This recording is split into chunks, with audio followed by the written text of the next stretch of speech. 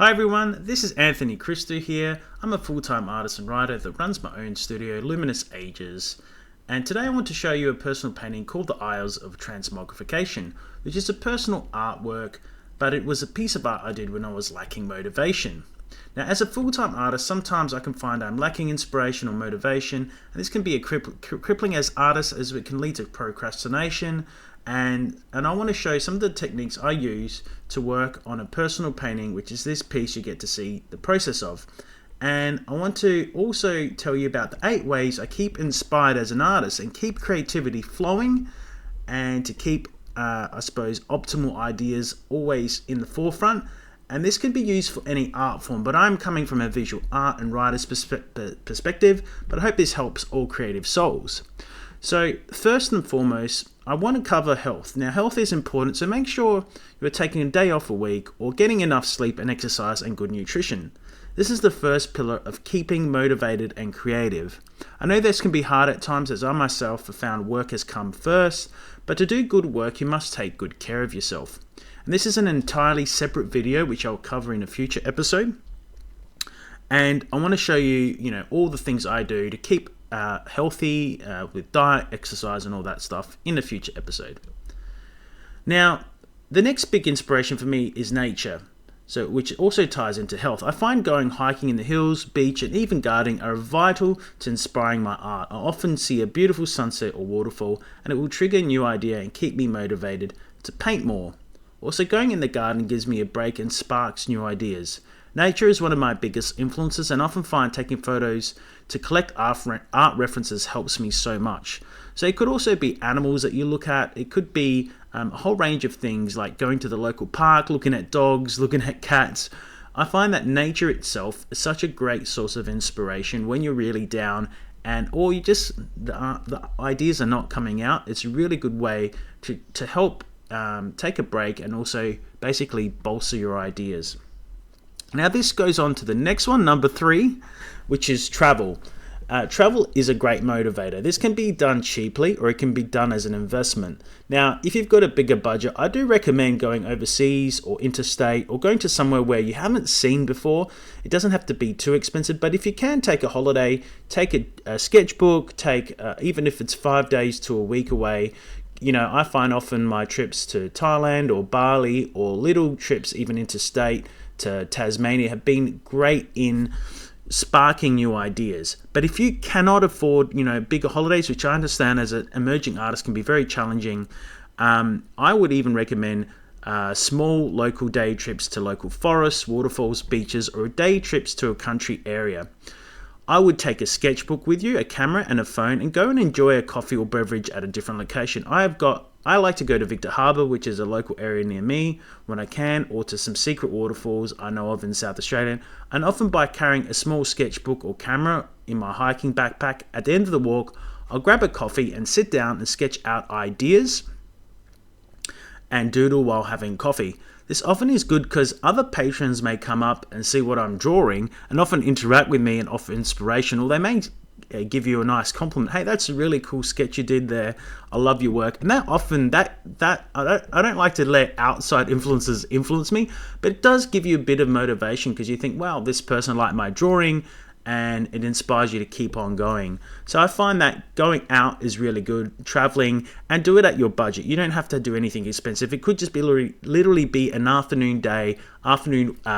walk out into the beach or whatever you find that interests you. Now, another biggie, the 4th one, is artists. Other artists are a great source of influence. I find looking at some of the great artists that I admire, such as Salvador Dali and Frank Frazetta, are great for me. They're a great source of inspiration. If you can also go to an art gallery in your local city or town and look at some of the masters' great works, it also is a great source of inspiration. So I look at the Heidelberg movement, which is an Australian landscape painting movement. And I go to the Art Gallery of South Australia, or you could pick a gallery that's a really big gallery where you can find some of these really old paintings and look at what they've done, and it often inspires me or makes me want to proceed or keep on doing my art.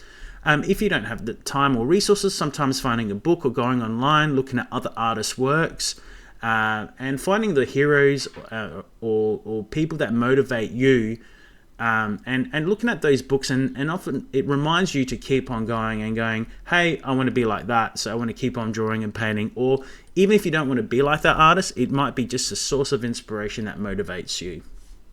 Now, going on to art form, number 5 is another one. So it goes from art into films and TV. They are also a great source of inspiration, but in moderation. Now, I do not recommend binge watching a whole season of Game of Thrones.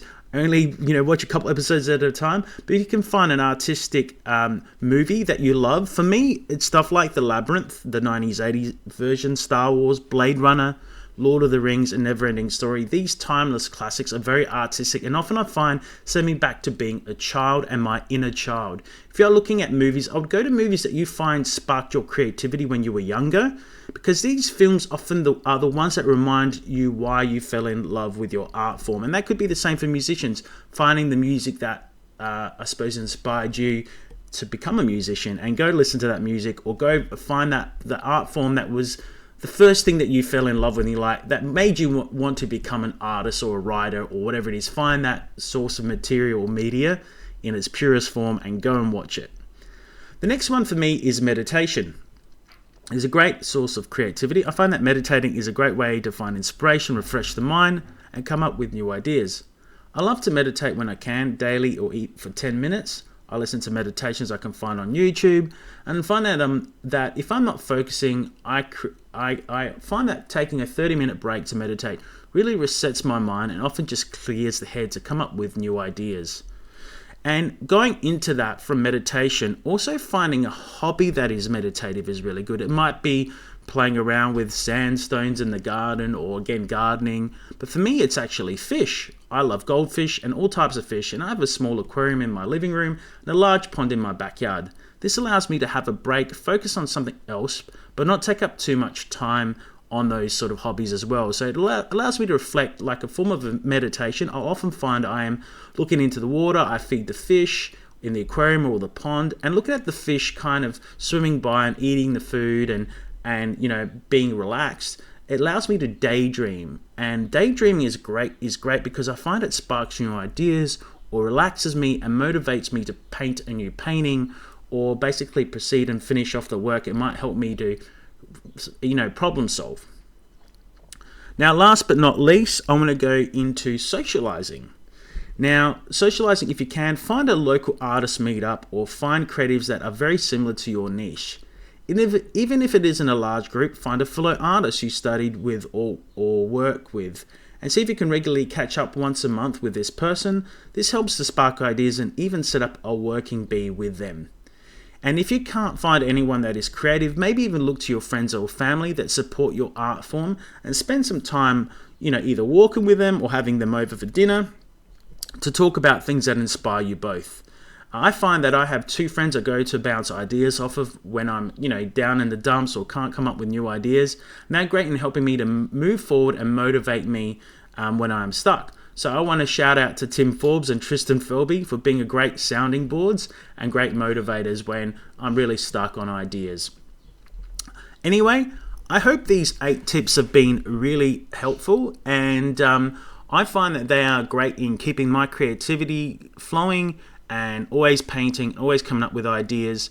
It can be used for any art form. So whether you're an artist, you're a writer, you're a musician, you're a filmmaker, I find all these 8 methods are really beneficial, because I've talked to people in all art forms, and because I've worked with them, I've collaborated with them, and they find it's a similar thing as well, that when they're stuck for ideas, they do any one of these 8 things. Now, I'm not saying do all of them at once, but just pick whichever you feel is more natural to you.